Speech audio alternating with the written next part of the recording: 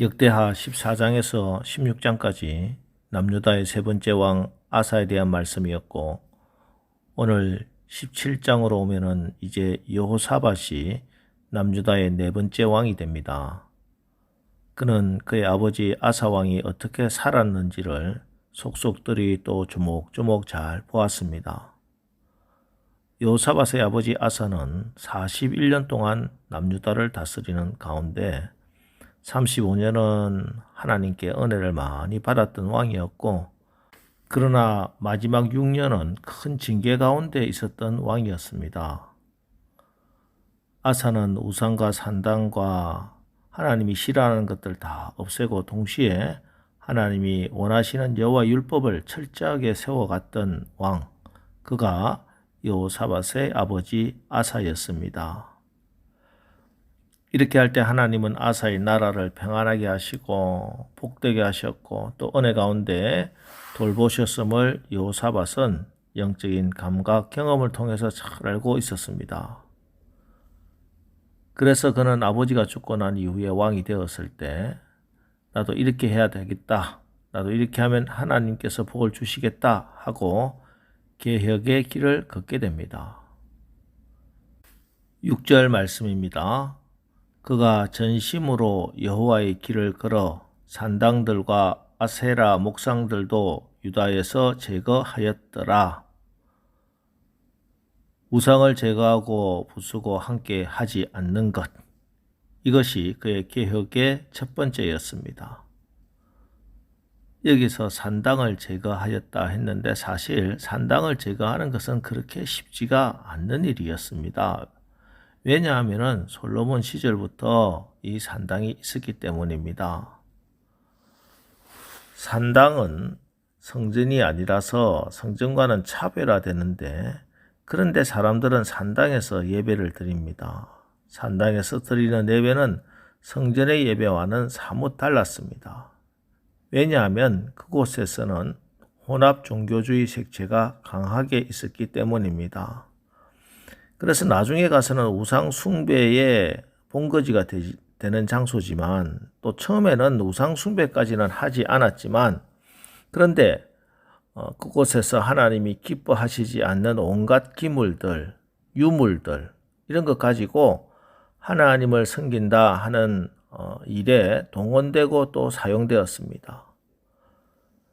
이를테면 나중에 히스기야 왕 시대에 그 옛날 모세가 만들었던 장대 그리고 놋뱀이 그곳에 있었는데, 사람들은 이 장대와 놋뱀을 가지고 가서 절하고 엎드리고 그것을 또 섬깁니다. 이처럼 산당에서는 혼합적인 예배가 행해지고 있었습니다. 그래서 왕들은 산당을 없애지도 못하고 또 강력하게 없앴다 하더라도 다시 생겨나고 또다시 생겨나고를 이렇게 반복합니다. 아사왕 시절에 산당을 분명히 없앴는데 다시 여호사밧 시절에 오니까 산당이 다시 생겨났습니다. 그래서 여호사밧은 아버지 아사왕처럼 다시 그 산당을 허물고 없애버립니다. 그리고 남유다 전체에 하나님의 말씀이 전해지도록 하기 위해서 곳곳에 율법을 가르칠 만한 레위 사람들, 영적인 지도자를 보냅니다. 7절, 그가 왕위에 있은 지 3년에 그의 방백들 벤하일과 오바다와 스가랴와 느다넬과 미가야를 보내어 유다 여러 성읍에 가서 가르치게 하고, 또 9절입니다. 그들이 여호와의 율법책을 가지고 유다에서 가르치되 그 모든 유다 성읍들로 두루다니며 백성들을 가르쳤더라.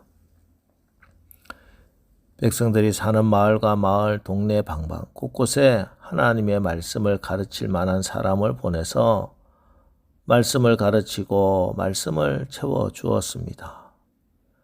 이것이 아버지 아사 왕의 선한 것을 본받아 아들 여호사밧이 행한 일들입니다. 그랬을 때 하나님은 그의 나라에 어떤 복을 주셨습니까? 10절입니다. 여호와께서 유다 사방의 모든 나라에 두려움을 주사 여호사밧과 싸우지 못하게 하시매, 그리고 12절입니다. 여호사밧이 점점 강대하여 유다의 견고한 요새와 국고성을 건축하고. 자, 결국 이것은 자기 아버지가 어떨 때 복을 받았고 또 어떻게 할 때 징계를 받았는지 정확하게 보고 있다가 그가 왕이 되었을 때 복 받는 길로 따라갔더니 자기도 편한 왕정을 이끌게 되고 그 나라의 백성들도 행복한 삶을 누리게 되었다는 것이죠. 자, 오늘 우리도 이 새벽마다 성경을 통해서 많은 사람들 만나게 되지요. 다윗도, 솔로몬도, 르호보암도 보았고 또 아사도 보고 또 여호사밧도 봅니다. 자, 우리가 어떻게 하면 하나님이 우리 인생을 복과 은혜로 내려주시고 또 어떻게 하면 징계하신다 하는 사실이 성경 곳곳에 도처에 열기만 하면 잘 펼쳐져 있습니다. 우리가 따라가야 할 길이 있고 또 우리가 경계하고 피해야 할 길이 있습니다. 누구에게나 두 가지 길이 그 앞에 놓여 있습니다. 행복이라는 길, 멸망이라는 길, 또 복된 길과 저주스러운 길이 놓여 있습니다. 시편 1편에 보면은 복 있는 사람은 여호와 율법을 즐거워하여 그의 율법을 주야로 묵상한다라고 했습니다. 그러면 그는 시냇가에 심은 나무가 철을 따라 열매를 맺으며 그 잎사귀가 마르지 아니함 같으니 그가 하는 모든 일이 다 형통하다 이렇게 약속하고 계십니다. 여러분, 우리 하나님은 사랑하는 하나님의 자녀들 여러분에게 복 주시기를 원하시는 좋으신 아버지임을 믿으시기 바랍니다. 이 하나님 아버지가 우리에게 계명을 주신 것은 하나님이 세우신 권위에 순종하여 하나님의 날개 그늘 아래서 보호를 받으면서 하나님께서 이미 예비해 주신 축복을 누리게 하기 위한 것입니다. 그래서 가장 복 있는 사람이 누구냐? 내가 기도하고 싶을 때 기도할 수 있는 사람, 은혜가 필요할 때 은혜를 받을 수 있는 사람, 성령이 필요할 때 성령이 나를 떠나지 아니하고 지켜줄 수 있는 사람, 그 사람이 시냇가에 심은 나무와 같은 복 있는 사람입니다. 오늘 여호사밧 같은 사람이요, 다윗과 같은 사람입니다. 내 힘으로 살아가는 사람 말고 하나님 아버지 마음으로 예수님의 성품으로 성령의 능력으로 살아갈 줄 아는 사람, 주의 말씀에 깊이 뿌리를 내리고 사는 사람, 기도의 자리에 뿌리를 내린 사람입니다. 여러분, 우리들이 가지고 있는 삶의 능력 가운데 말씀의 능력, 기도의 능력보다 더 큰 능력은 없습니다. 말씀과 기도의 자리에 뿌리를 깊이 내리고 있는 사람은 반드시 시절을 쫓아 과실을 맺습니다. 잎이 시들지 않습니다. 새들이 와서 그 가지에 논일게 되는 것입니다. 꽃이 피어서 많은 사람에게 향기를 나누게 되는 것입니다. 많은 열매를 맺어 많은 사람들에게 나누어주는 복을 받게 되는 것입니다. 여러분, 똑같은 바람이 불지만 오물은 악취를 풍기고 백합은 향기를 풍깁니다. 복 있는 사람은 내 가슴 속에 넘치는 복을 다른 사람에게 나누어 줄 수 있습니다. 당신 때문에 나는 행복합니다. 남편 때문에 아내가 행복합니다. 엄마 아빠 때문에 자녀들이 행복합니다. 얘들아, 나는 너만 보면 행복하단다. 내 환경 어디서든지 행복의 열매를 봅니다. 장애물에서도 복을 보고 고난 중에도 복을 맺습니다. 우리는 이미 예수님으로 인해 복된 존재들이 되었기 때문입니다. 그러기에 낙심하지 마세요. 걱정하지 마세요. 특별히 원망하고 불평하지 마세요.